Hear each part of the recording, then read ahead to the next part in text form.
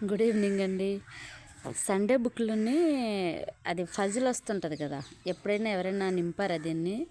నేనైతే నాకు ఇంటర్మీడియేట్ అయిన తర్వాత ప్రతి వారం బుక్ కోసం వెయిట్ చేసేదాన్ననమాట. అంటే నింపడం, ఒకవేళ నాకు అర్థాలు తెలియలేనివి నెక్స్ట్ వీక్ దానికి ఆన్సర్ ఇస్తారు కదా! ఈ ఆన్సర్ ఏంటా అని దాని గురించి వెయిట్ చేయడం, అది తెలుసుకోవడం, ఓహో! అయితే దీనికి అర్థం ఇదా అనుకోవడం.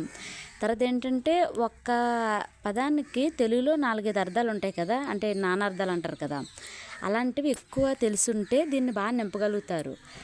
అయితే నాకు ఇంట్రెస్ట్‌గా ఉండేది నింపాలని. అప్పట్లో ఫోన్స్ గట్రా ఏం లేవు కదా! ఆ తర్వాత ఏంటంటే ఇంట్రెస్ట్‌గా నింపేదాన్ని. దాని గురించి వెయిట్ చేసేదాన్ని కూడా బుక్ కోసం. ఇంకా తర్వాత వదిలేసాను. చాలా ఎక్కువ అంటే ఒక 4, 5 లైన్స్ నింపలేకపోయేదాన్ని. మ్యాక్సిమం నింపగలిగేదాన్ని.